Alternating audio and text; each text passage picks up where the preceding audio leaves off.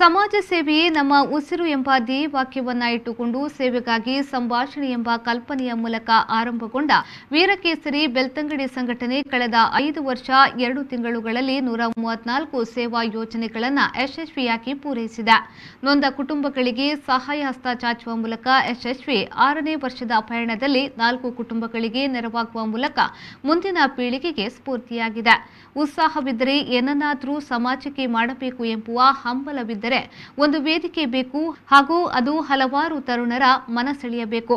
ವೇದಿಕೆ ಬಳಿ ಸೇರಿದ ತರುಣರ ಹೃದಯ ಪರಿಪೂರ್ಣವಾಗಿರಬೇಕು. ಆಗ ಮಾತ್ರ ಗೊಂದಲ ಅಡೆತಡೆಗಳಿಲ್ಲದೆ ಅದರ ಯಶಸ್ಸು ಸಾಧ್ಯ.